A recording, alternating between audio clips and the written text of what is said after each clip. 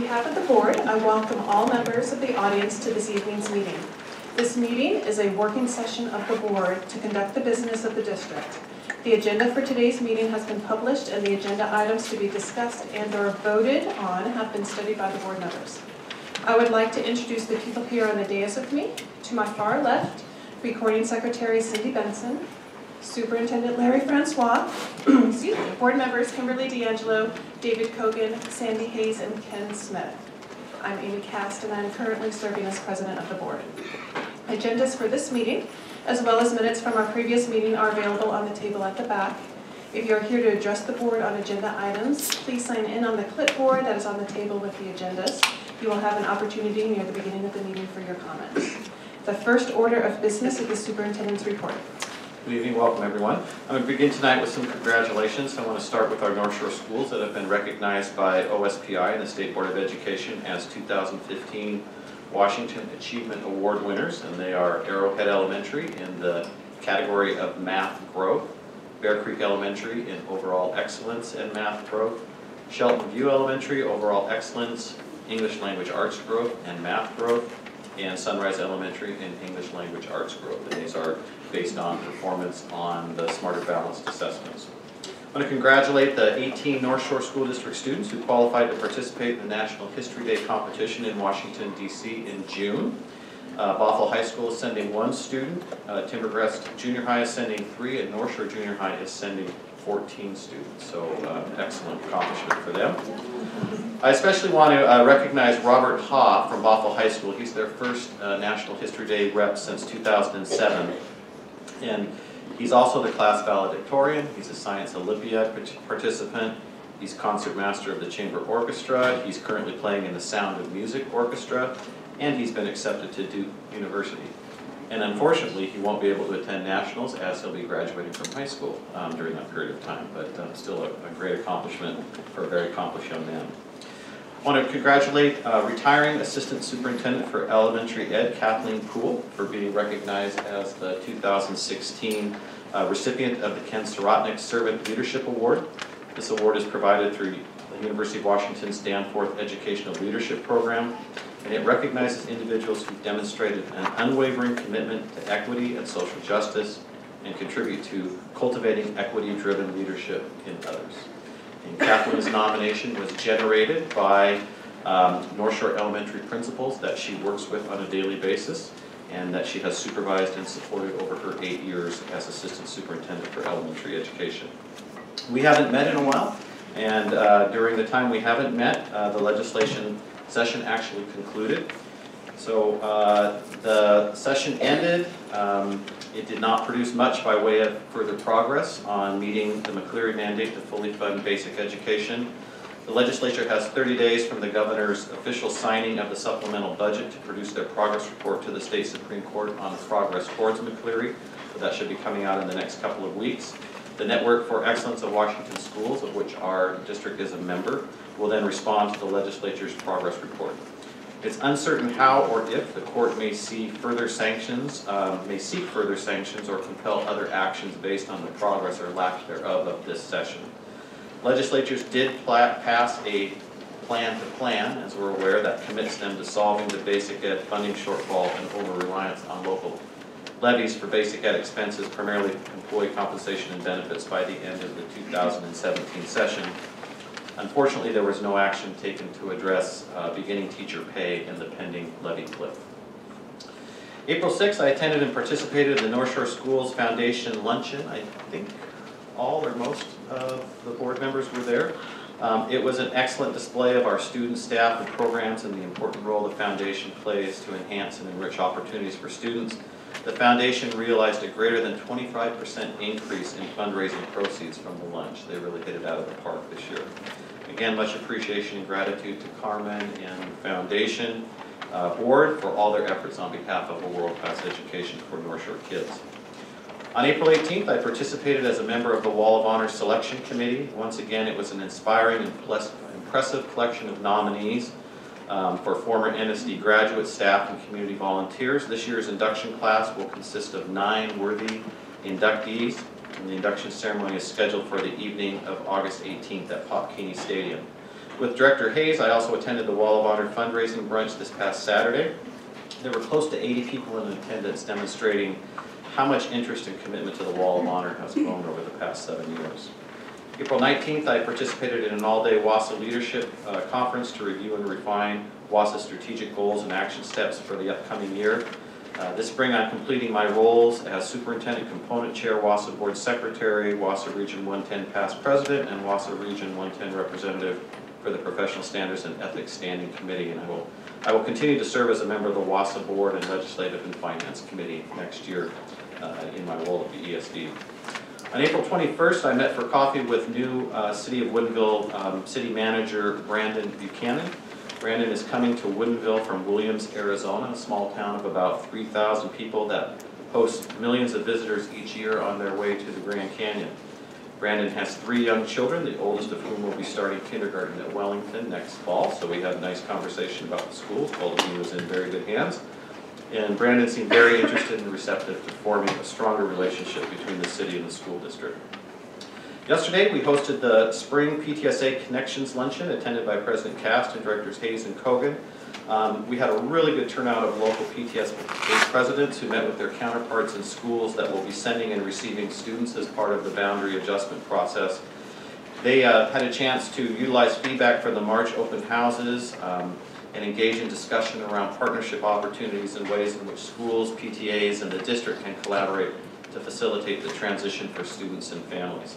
I want to give special thanks to and appreciation to Leanna Albrecht, Karen Orsinger, and Cecilia Shoemate in our Communications Department for organizing and structuring the luncheon, which was very productive and well received, and that department certainly has a lot on their plate at the moment.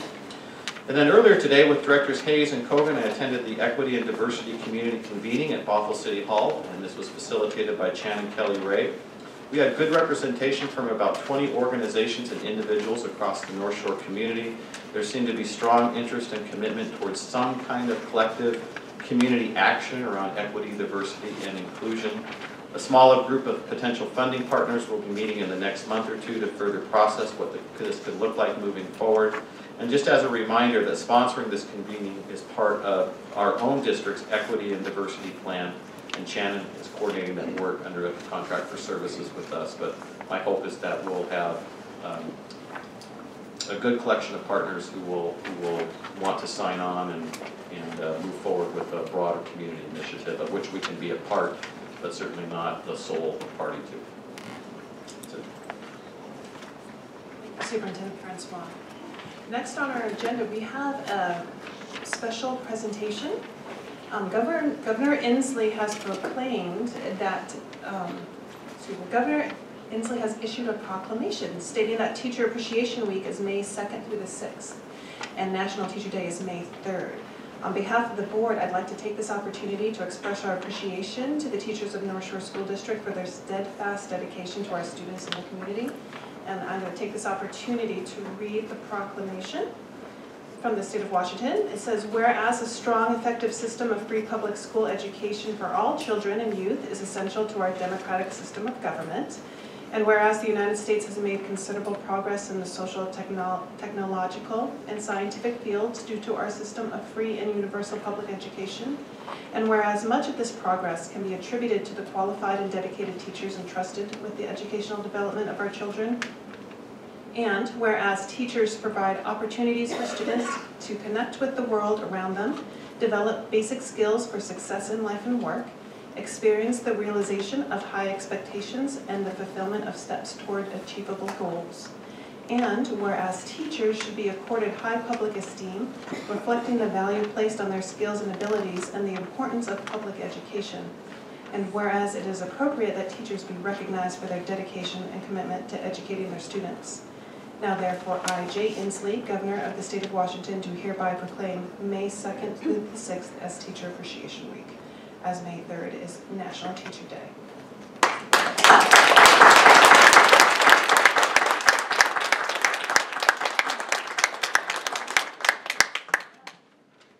Next on the agenda is Association of Public Comments.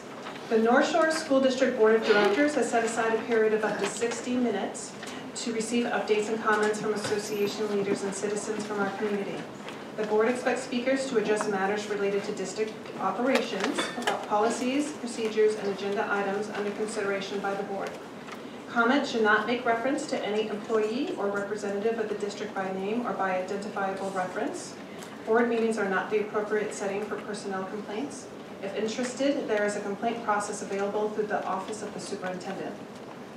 Please note that because of the public governance process, the board may ask clarifying questions regarding topics not on the meeting's agenda, but will likely defer discussion to a future meeting if warranted, in order for staff to prepare any necessary background information for board members to review, and for the discussion item to be included on a published agenda for the benefit of any other parties who might have interest in the topic. Alternatively, a district employee or board member may respond to individuals offering public comments at a later date if warranted to do so. When addressing the board, please state your name clearly for our records.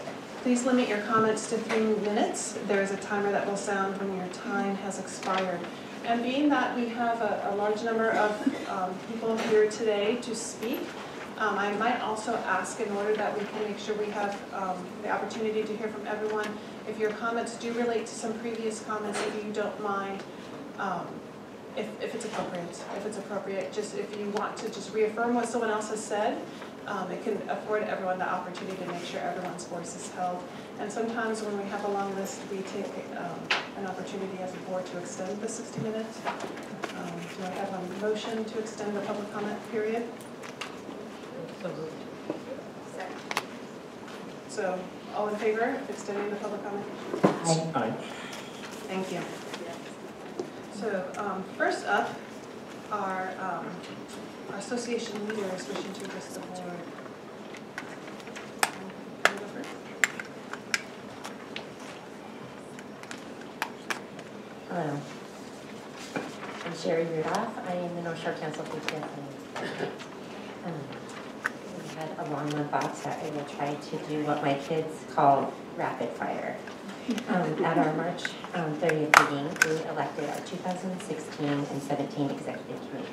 The co-presidents will be Nancy Chamberlain and Mindy Worth.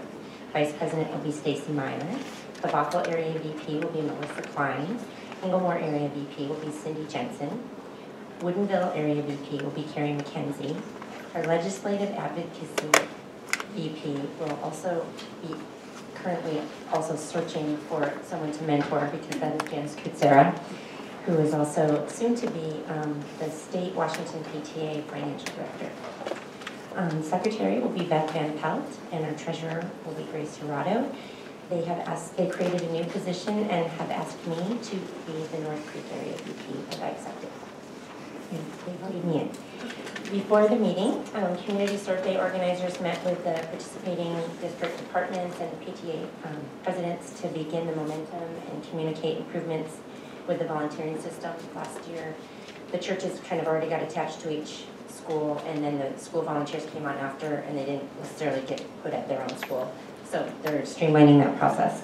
And FYI, volunteer registration is currently open at communityserve.org. Also at that meeting, almost every person in attendance provided feedback to Safety and Security Officer Robert Knoll. He had a request, and he came to attend that meeting for concerns of safety, crosswalks, walking paths, all kinds of transportation, all these different things going on at each school, just because of our growth and everything that's going on in our wonderful area. So he is also soon meeting with City of Canmore officials. One of our board members, Nancy Chamberlain, is attending the unincorporated King County meeting on May 2nd. That's at Woodinville Library. Wellington PTA has served as a conduit. She said everything hasn't gone super smoothly, but they've been in communication with the City of Woodinville for some traffic concerns in Wellington and Leota. This morning, after the Equity Coalition convening, I don't know what it's called, that we met at the City of Bothell, I talked with James McNeil, and he indicated a desire to help find solutions for the traffic problems in Bothell. So we are working on that. Last month, fellow board member Nancy Chamberlain and the Bothell area PT presidents and myself attended a very efficient Bothell focus group. It was facilitated by Sabrina Combs, who some of you met today at the Bothell event. She's a employee actually with the recycling division, but she also serves as a facilitator now and again. She was wonderfully efficient at that focus group. It was all of the PTA presidents that are in the Bothell schools, except for maybe a few. And we just kind of went through priorities. It was a very streamlined focus group, and we were in and out within an hour and a half. And really felt like we got a lot done. So I highly recommend utilizing her again, if at all possible, for any kind of focus group or conversations and that we have with Bothell. So at our council board meeting, we did have some decisions that we, some platforms that we kind of wanted to make clear. The board did want to adopt the Save Our Challenge platform, just mostly because we don't have enough information on all of the other ones. So if we can be provided more, that would be wonderful as well. And at that time, they voted for that. Also, I received an invitation, I actually asked for it, for a student-led conversation at the Seattle Mayor's Summit, the conversations that they're having leading up to this weekend's summit. So I did attend the student-led conversation at Garfield High School. It was amazing, it was powerful. These kids, it was equity-based, it was 2 equity questions, and we spent 2 hours on it, and it was amazing. So I watched the brief. Amy and I talked about possibly debriefing about many things. Our legislative workshop this weekend, we came up with several platform titles. What we do is we come up with a title, it gets submitted to state PTA, and then we, legislative committee comes back and says, yes, this is a great idea, and we have this many other councils, this many other PTAs that are going to join with you, and then you come up with the platform, and Board Director Hayes helped me with one last year, and Carrie McKenzie came up with the Improving Foster Child Outcomes, and that kind of went from start to finish, and we had success in the legislature this year. So I will be telling you which ones of those go through. We have a speaker coming up, Rosetta Lee, on May 5th on gender diversity, and that is at North Shore Junior High. They did announce the screenagers. It's a talk about screen time and the effects on children and the brain, children, youth, teenagers, and the brain. Just got an email last night from a conflicting event, potentially, so I'm going to get back to you on the confirmed date for that. It will be in May, and it's at Kenmore Junior High, and it's hosted. It's very exciting. It's an idea brought to us by a president, and she sought out the other PTAs to join with her, so we're kind of modeling some group behavior around the community. I think if we can keep that momentum going, great. My new job is also, I was appointed Region 6 Director for Washington State PTA, and then I will begin that on June 1st. Sherry, quick question. So you mentioned community survey. So I worked at one of the elementary schools last year, and it seemed like there was a lot of work, but also perhaps an abundance of volunteers. Some of the schools I don't believe participate, and so the junior highs or high schools, and so I just wondered if there's a possibility to increase the number of schools. Well, it already has increased. So there are more schools this year than there were last year. Right. The secondary schools are tough. I mean, that question was presented to the coordinators, and I think they need a lot more buy-in from that community. So if you and I can talk to those. Yeah, let's talk, and I went to the yeah. community schools conference, and so it's going to be a theme I'm going to talk about tonight. But that's a great resource, and thank you for being a part of that. Sure. So any other associations?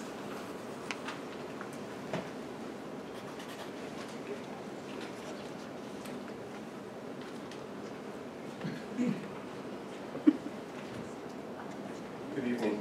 My name is Timothy Bertel. I'm the president of the North Shore Education Association. On a point of personal privilege first, I'd like to extend my thanks to board members and others who contacted me after the death of my sister. It's greatly appreciated. When educating the students of the North Shore School District, the teachers represented by the North Shore Education Association collectively believe we must first and foremost meet the legal requirements of both federal and state laws regarding specific student populations. These populations are defined in numerous ways: gender, race and ethnicity, academic abilities, socioeconomic status, and forms of disabilities. At the middle level, currently in North Shore junior highs, grades 7 through 9, but soon to be middle schools, grades 6 through 8, our teachers believe, and we are required by law to provide, services for our most academically gifted students in North Shore, between 5 to 6% of the student population, as well as students needing special education services. In North Shore, about 12% of our student population. The highly trained, professional, and dedicated middle-level teaching staff in North Shore believe the remainder of the student population should be taught in heterogeneous, mixed ability level student environments for the following reasons. First, the preponderance of scientific research on the topic of mixed ability versus single ability student learning environments conclude that a heterogeneous, mixed ability learning environment is best at the middle level. I have provided to you summaries of some of this research. Second, research also points to how important it is to teach children at this developmental stage how to get along with those who are different than themselves. When schools are built around ability groupings, a learning environment is created where children do not interact with anyone other than their own ability group during the majority of their academic day. Taking into account the exceptions made for highly gifted and special education students mentioned earlier, the teachers of the North Shore School District collectively do not believe ability grouping teaches children how to successfully interact in the global economy and society of the 21st century. In my 29 years in the North Shore School District, the demographics of our district have changed and are changing rapidly. Our diversity is expanding, and that is something to be embraced. We need to form relationships to our evolving community through the ties we build with each other through the lives of our children. Our students need to learn how to understand the rich cultural, economic, and social customs of our newest neighbors and citizens by working together in classes with these children. Mixed ability grouping for our students in the middle school years, to the maximum extent possible, is best for our students. Third, the middle level teachers see the impact of class composition of students created by our current challenge model. Class composition includes special education students, students accessing a 504 plan, English language learners, gender, and students of poverty. When the definition of gifted is expanded beyond the 5 to 6% range, the concentration of lower socioeconomic and high-need students is incredibly high in non-challenge classes. Today, less than 1% of the total student population in any of our advanced classes are free and reduced lunch students. While there is a bit more evidence of ethnic minority representation in challenge classes, the number of Latino students is not representative of their total district student population. The current challenge model is having the unintended consequence of institutionalizing segregation and reinforcing stereotypes. Finally, the teachers of the North Shore Education Association believe in rigorous and challenging curriculum and classes for all students. In fact, there is no current difference in the curriculum used in English language arts, social studies, and science for challenge and non-challenge classes. With the conversion to middle school just over a year away, I am confident of the ability of our teachers to come together to discuss and create materials to challenge all students in our new middle schools. This is why the North Shore Education Association collectively believe in the work and recommendations of our colleagues on the academic subcommittee and the middle school task force to create challenge classes for all students when we create our new middle schools. This is what we believe to be best for our students. In a moment, you'll hear from 8 different teachers talking to you about challenge. They have tried to coordinate their comments so that they don't repeat themselves in everything. So thank you very much.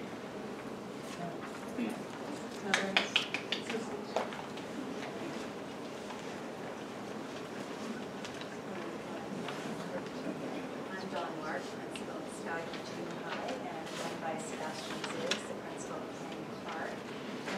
presidents along with Paul Wagner of our NASA principal group. I want to thank you first, yes. Lean into the microphone. Sure. Is that better? Thank you. Yeah, they were having a little I'm going trouble. to pull it close. There, thank you. First, thank you for this opportunity to speak before you today on behalf of our NASA principal group. We thought this might be an opportune time to share with you the focus on collaborative work and the involvement of all stakeholders on our task forces in the district, particularly the middle school task force. I've had the honor to work with a diverse group of parents and educators as we apply our mission statement to the development of successful schools for young adolescents. Our mission statement directs that North Shore School District middle schools provide a learning community that is challenging, equitable, empowering, and developmentally responsive to prepare students for high school and beyond. There are 4 key words that are in our mission statement, and our task force has come back to them repeatedly to guide our work in the past few years. We are developmentally responsive, and we use the nature of young adolescence as the foundation on which all our decisions are made. We are challenging when we recognize that every student can learn and everyone is held to high expectations. We are empowering when we provide all students with the knowledge and skills they need to take control of their lives. And we are equitable when we advocate for every student's right to learn and provide challenging and relevant learning opportunities. To ensure that we apply our mission statement to our process, the middle school task force and junior high principals recognize the importance of becoming educated in the latest research on learning and brain development, social and emotional needs, and adolescent growth. Our task force and junior high principals also feel it is vitally important to provide frequent and multiple opportunities for all stakeholders to engage in the process and to provide feedback. To this end, we have held parent nights and staff study sessions.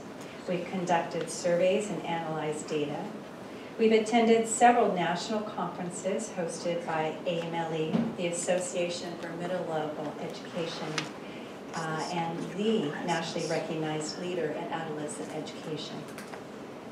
We've held open task force meetings attended by visitors, and we've had presentations at task force meetings by parents and educators on a variety of topics.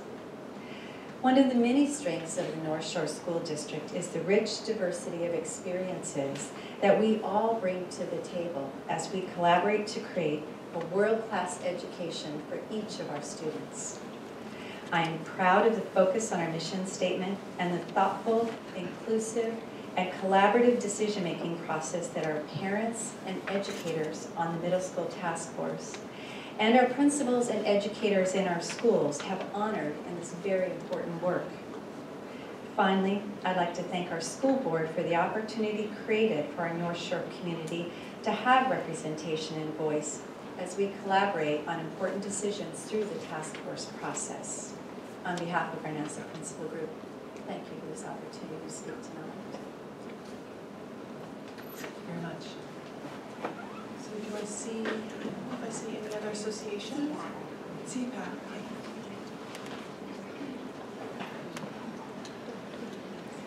Hello, and I have my cape to give me confidence today when I'm feeling so represented. But we do want to be powerful in our voice. We are often overlooked at challenge meetings and such. My name is Denise Sneed. I'm Vice President of CPAC, and thank you for the opportunity to speak tonight. CPAC members met recently, and we had a considerable conversation regarding the proposed middle school configuration, especially around the general ed curriculum. There were more questions raised than answers, so CPAC felt the need to bring some of these questions before the board tonight. It has been difficult to ascertain how much research has been done into what model best serves students with IEPs or 504s. Currently, most of these students are primarily in general education classes in elementary school. CPAC would like to know, with these 4 models, where will these students be served in each of these 4 models once they hit middle school?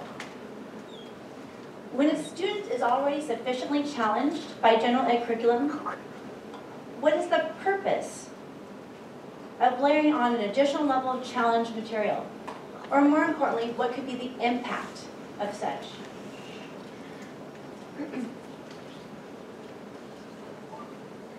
We also had a concern with the idea of there's the regular English classes or math classes, and then layering on a second math or English class for support in lieu of taking an alternative or a regular elective class. And I'm thinking of children who already hate that subject because they are not good at it, and then suddenly having to take something away that they do like to have something that they don't like. Middle school is going to be a rough time if this becomes a problem for a lot of 504 or IEP children who have to take two of those particular types of academic classes. Thank you for already having the questions about what differentiation will look like at the curriculum for all students. We appreciate the thoughtfulness that has gone into that. But we also want to know the specific plan that what is the specific plan that parents can look at to know whether the proposed challenge models would work for their particular students once those have been decided. As a voice for CPAC and special education families, we encourage the school board to investigate to what extent students in special education are impacted by each of the 4 proposed middle school models before approving one particular model. Thank you on behalf of CPAC parents. Question for you. Do any CPAC members sit on the middle school task force or the academic task force subcommittee? I do not believe so. Were any of you asked to be on that task force? I was not, and none of the fellow leadership currently have been asked. And it's been a fairly long-standing leadership. And just a point of clarification, usually our task force process, people submit applications. They're not recruited per se from a parent perspective. So. My question is, yeah, that was, you're correct. That wasn't a fair question. None of us are on the middle school That task should force. have been my first question. Thank you. Thank you. Thank you.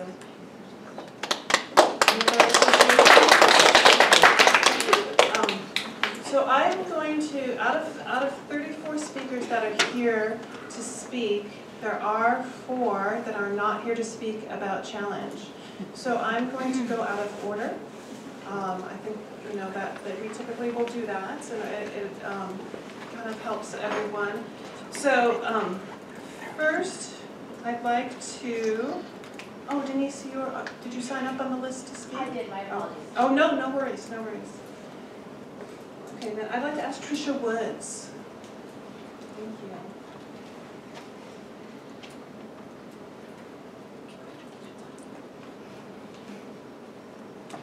Okay.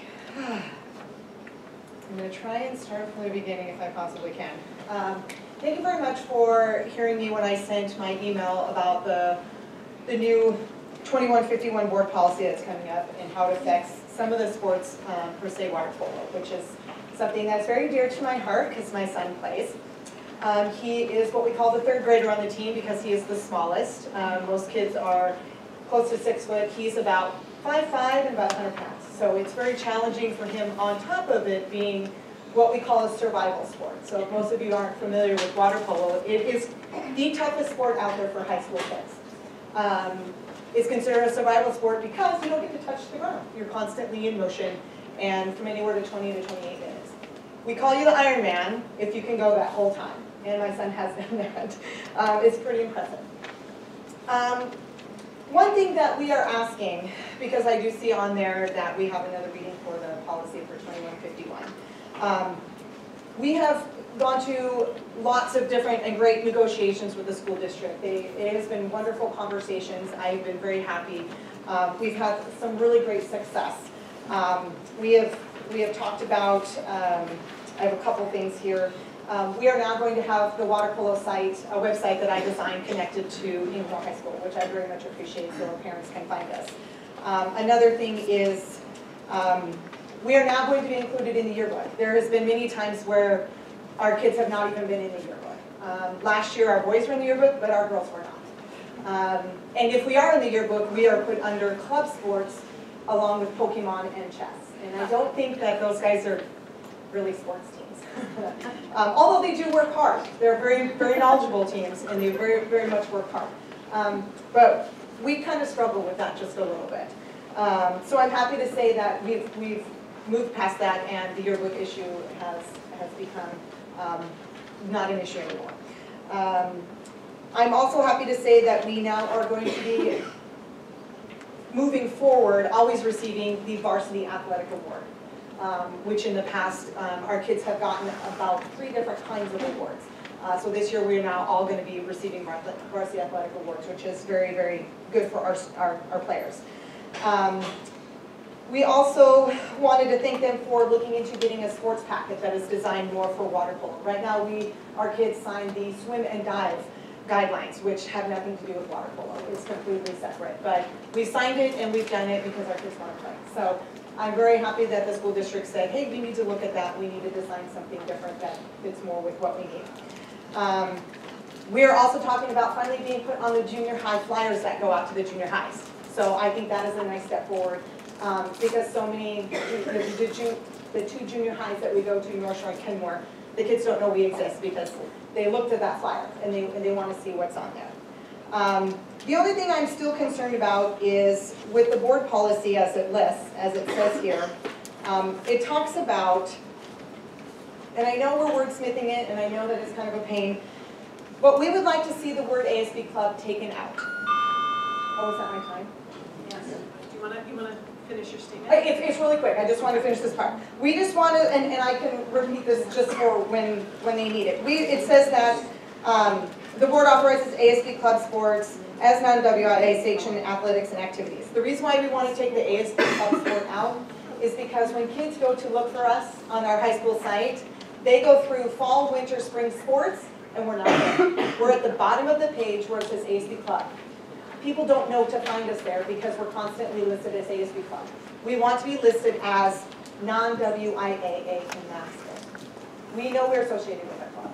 So I can happily, I didn't get to say what my piece was, so I can happily give that at another time, so then that way I can share with you, because I know you guys are going to be reading it. Absolutely. If you want to email us, or if you have anything printed to share with I Cindy, do have something printed. that would Yes. be perfect. Okay, thank you for your time. But Tricia, just a question, is it just where it fits on the webpage?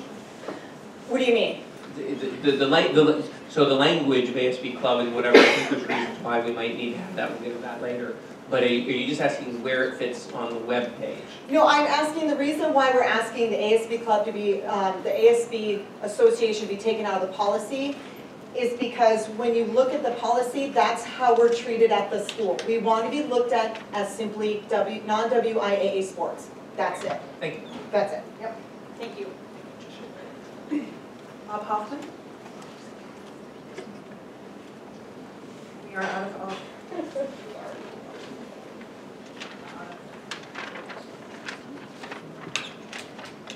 Hi, good evening. Bob Hoffman, and I'm the president of the Inglemore High School Water Polo Club. Thank you for listening to my comments. Inglemore High School and the school district adopted water polo as a sport 4 years ago. We had 4 seasons of boys and 4 seasons of girls. We've had a great time. We've passed like 70 athletes through there, including the recently retired school board president's son, played 3 years, now plays club water polo in college in Montana. But during that time, water polo has been kind of relegated to an area different than other athletics. And the principal and the athletic director, who have been very supportive and helped us all along, and the school district as well, don't know what to do with us. We're like this stepchild that's out there and they don't know how to treat it exactly. And the reason is because we need direction from the school board to say, this is athletics, just like football's athletics and swimming. And I'm not just addressing water polo, the other non-WIA sports, which include lacrosse.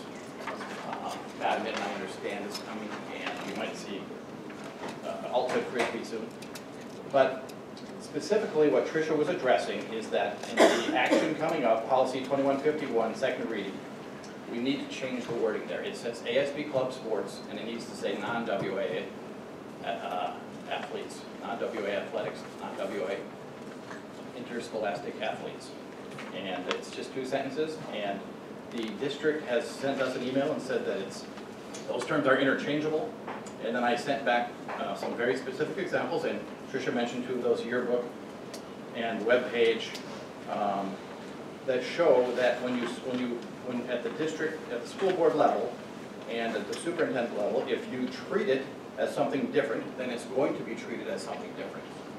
So obviously there's going to be a different procedure for carrying out these boards because they're non-WIA. That will be in the 2151P, the procedure that will run the policy that you are going to direct them to do. But what we need is, we need them to realize that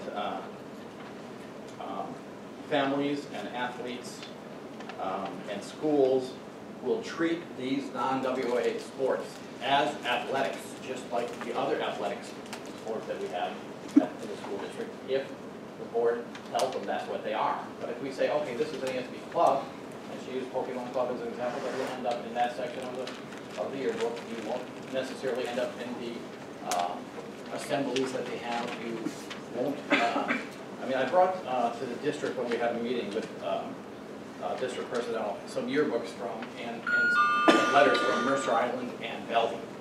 And I showed how, look, the students there think that water polo and lacrosse at those schools are just the same as all the other athletics. There's no difference. They treat it all the same. And it's right there in all the papers, everything's the same. And that's where I want to change the wording. I want the board to direct the management of the district to let's get this going so that we are creating something that folds right in with other athletics. And not that we're creating some new stepchild where the principal and athletic director have to make up things and figure out what to do with it. Thank you very much. Thank you.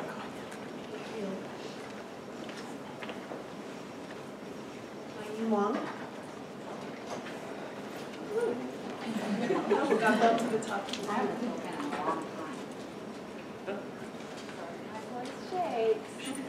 Become my feet. I'm Elaine Wong, and I'm going to speak with regards to the superintendent search. On reviewing the survey regarding desired qualities for a superintendent, I found several of the qualities very interesting, including making research-based decisions. To be clear, the qualities put forth are not negative.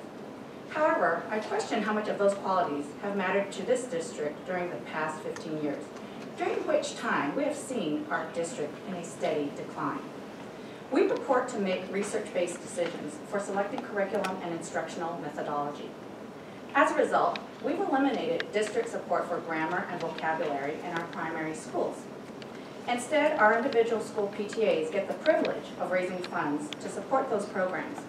Similarly, we rely on parent volunteers to be our art and science docents, who provide very inconsistent qualities of instruction, although their willingness to step in is very much appreciated. And regarding the selection of math just prior to our current curriculum, it was a gross example of ineptitude from our district, and another example of jumping on the bandwagon without really understanding the research supporting investigative math. I spoke with one of the teachers in the math selection committee at that time, and she told me that the curricula chosen were, in the teachers' minds, the best of the worst.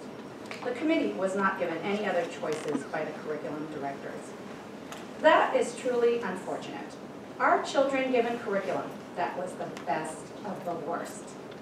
Sadly, as a district in 2014 to 15, only about 75% of our overall students met state standards in math and English. We also know that this data is skewed between the high-performing and low-performing schools. I won't go any further into curriculum and instructional methods because I'm sure the challenge group will provide a lot more comments on this. So, what does this have to do with the superintendent search? The fact is, ultimately, the measure of a good school district is how well it academically prepares our children. That is the main responsibility of a school district and the superintendent who is in charge of the district. Research-based decisions are good things, but the research has to be properly understood and applied. A former secondary curriculum director once said to me that every piece of research I provided for her, she could counter with another set of research. This is true. Data can be manipulated, and badly executed research is in abundance.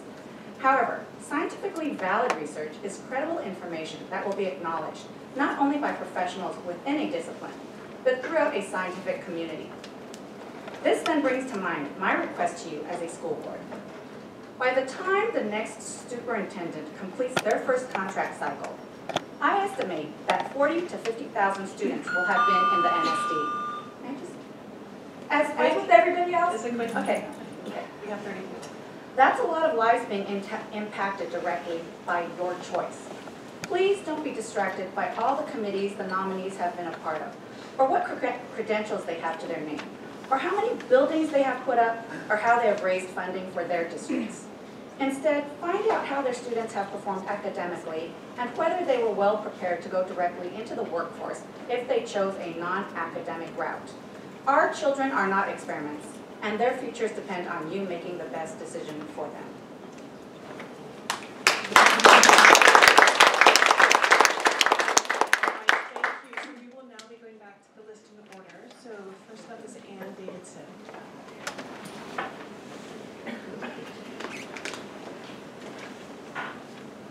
Hi, my name is Ann Davidson, and I'm a parent of 3 Wellington students and a 7th grade math and language arts teacher at Leota Junior High. I hold a bachelor's degree in middle level education and a master's degree in curriculum instruction. And as it became apparent that we were moving to middle schools, I was very excited for the opportunity to come around the middle school philosophy in North Shore. That finally, as the Association for Middle Level Education recommends, we would focus on the essential attributes and characteristics of education for young adolescents. That it be developmentally responsive, challenging, empowering, and equitable. I'm disheartened, however, that this board continues to consider offering ability grouping in the form of challenge for some, in lieu of the preponderance of evidence that this is not best practice, nor does it empower or provide equity to all middle school students in North Shore. In his book, Visible Learning by John Hattie, which I have with me and would be happy to share, he synthesizes over 800 meta-analyses based on 50,000 studies and millions of students in regard to the effects of educational program and practices on student learning. For something to be considered visible in regard to positive impact on learning, the effect size is above a 0.4. According to Hattie, the results of ability grouping show that this has an effect of 0.11, which is a minimal impact to student learning, yet a profound negative equity effect. I would encourage you to explore this book as a board, and I'm asking that as board members who are elected to represent the entire North Shore community, that you hear the comments of my colleagues.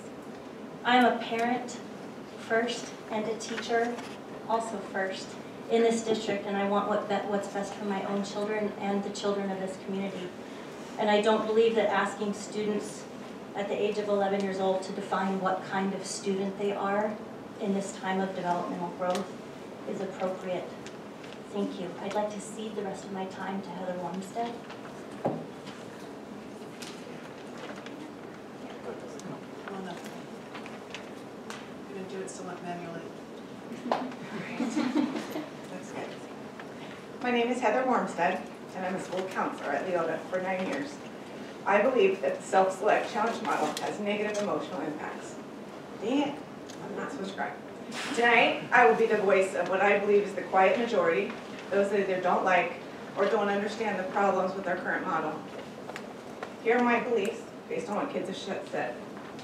This model causes stress for kids and parents when choosing which classes to take. Many students don't know what to do.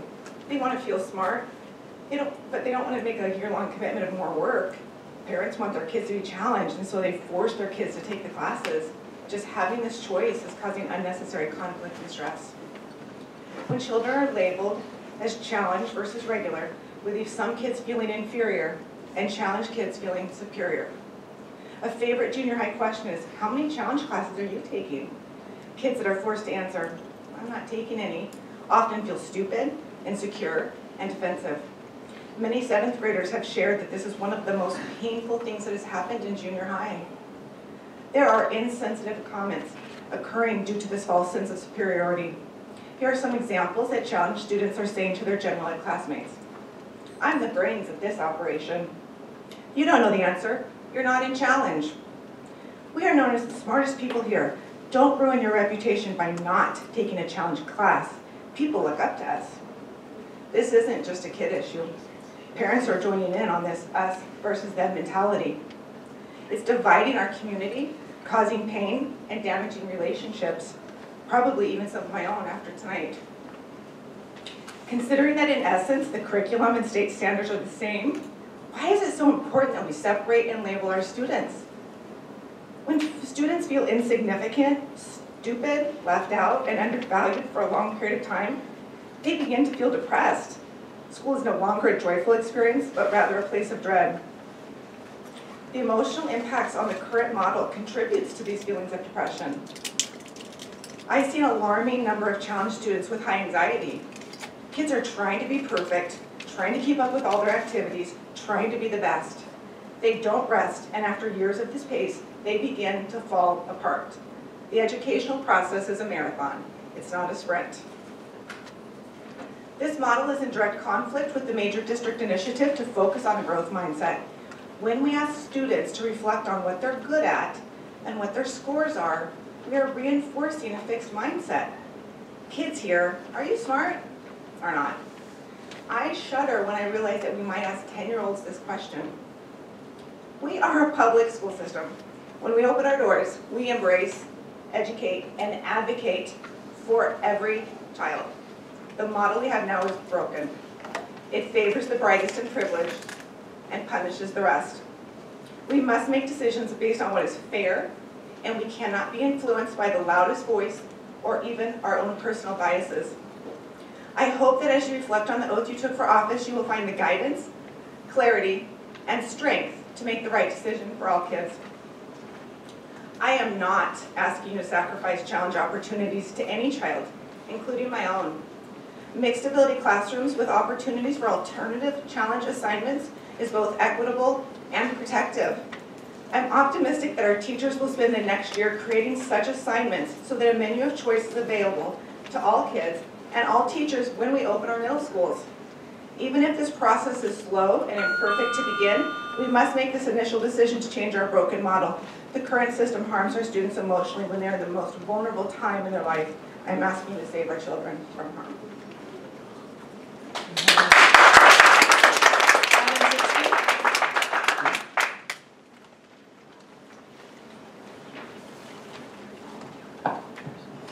Good evening, and thank you for the opportunity to speak. My name is Adam Zitzman, and next year will be my 10th year teaching at Leota Junior High. I have a degree in both history and political science, as well as a master's degree all from the University of Washington, and it'll be my 5th year as a National Board Certified Teacher. I'm here to speak in strong support of option number 1 for North Shore students because it provides a challenged curriculum for all students and restores heterogeneous classrooms. This best fits our district's commitment to providing a world-class education for all North Shore students. However, an unintended consequence of the current two-tier system is the inequity in which one demographic of the student body receives high-level instruction that helps students develop the capacity for high-level skills, thinking, taking on leadership, while a separate group lacks this access. All students deserve access to a rigorous and relevant curriculum.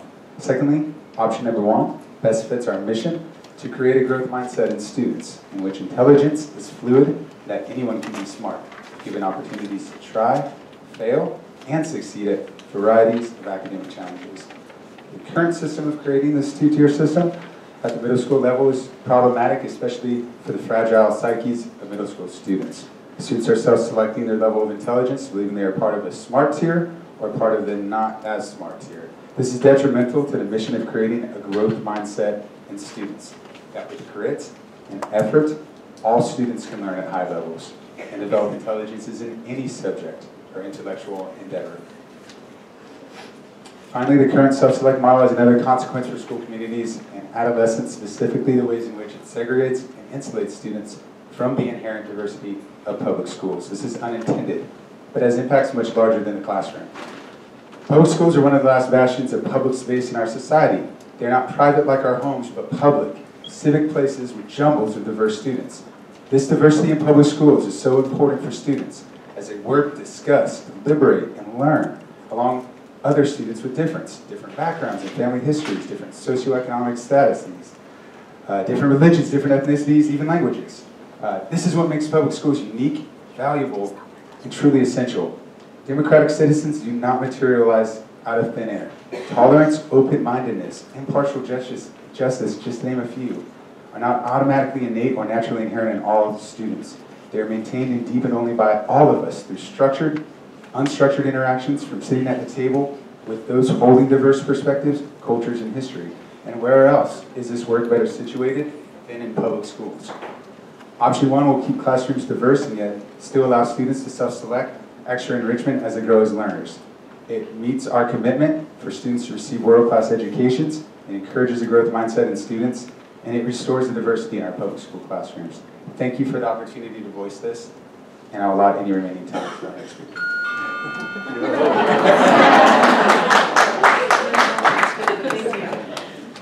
Paige Bradbury.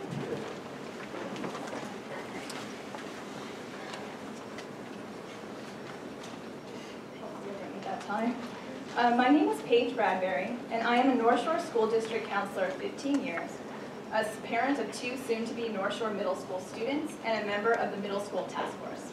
I am here tonight to show my support for Challenge for all of our students in grades 6, 7, and 8. When self-select challenge classes were introduced to our district, the intention was a good one. Today, access to honors level work and challenging classes no longer depends on test scores alone. Any student can choose to take 1 to 4 challenge classes every year at the junior high level. It would appear that this is an equitable and open practice, but I am here to tell you that it does not work that way. As a junior high counselor, every year at registration, I see students who do not choose challenge classes. Why? I hear things like, I am not good at English, or I'm not good at science, or even worse, I am not smart enough. I heard this from my own 6th grade son as he filled out his NJH selection sheet. Us, why did you choose challenge math and no other challenge classes? Him, I'm not good at English, I'm not good at science, I'm not good at social studies. With our encouragement, he's now signed up for challenge, but I know that not every student receives this encouragement. Developmentally, most students at this young age cannot make a decision like this for themselves. As educators who believe in these students' abilities, we are constantly encouraging students to self-select into challenge. We tell them, you work so hard, you can do challenging work, look at your latest test scores. But most times we cannot move these students to enroll in challenge classes. Like my son, they've already defined themselves as not challenge material. What you need to know is that this self-concept follows them through every subsequent grade. I see this every year. Challenge classes are not selected by all students in our district. Students who do not take challenge classes come from all backgrounds. But students on our free or reduced lunch, our second language students, and our special education students make up a much higher percentage of this group. When you look at the district data on this, it is clear that a huge inequity exists. If we as a district can do something that ensures equal access to all academic programs for all kids, why don't we do it? What are we telling our students by allowing them to label themselves as less capable than other students? This is not developmentally appropriate at age 10 or 11 or even at age 12 and 13. In her book, Wounded by School, researcher Kirsten Olson concludes in part the deepest wounds schools inflict on students are wounds of underestimation. We underestimate students when we conclude they're incapable of complex work. We underestimate students when they fall short of expectations because they don't understand the school game and determine they lack motivation. We underestimate them too when we assume they're doing well in school because they earn high grades and we praise them for reaching a performance level that required no risk or struggle. I ask you, please don't underestimate our students or allow them to underestimate themselves. Please support Challenge for all students in every grade, 6, 7, and 8. Thank you. I have a question. Thank you, first of all, for sharing your personal story. I do appreciate that. And you could either give this information offline if you'd like. I'm really curious, when your son said to you that he didn't feel he was smart enough, that was before he entered junior high. So I'm curious, is there something within his education system, or I'd like to know more about that, and so I don't know if you would be interested in sending. I will share it, but I'll just say his head is on the NBA playoffs. You know, it's on. I mean, kids that age, their heads are all over the place. They really just kind of are going with the flow, you know. And I would be happy to have a favorite comment. That's like what comes to me mind right now is just that I don't want to put you on the spot, but That's I'd okay. love to know more. Is that he's an 11-year-old boy, you know?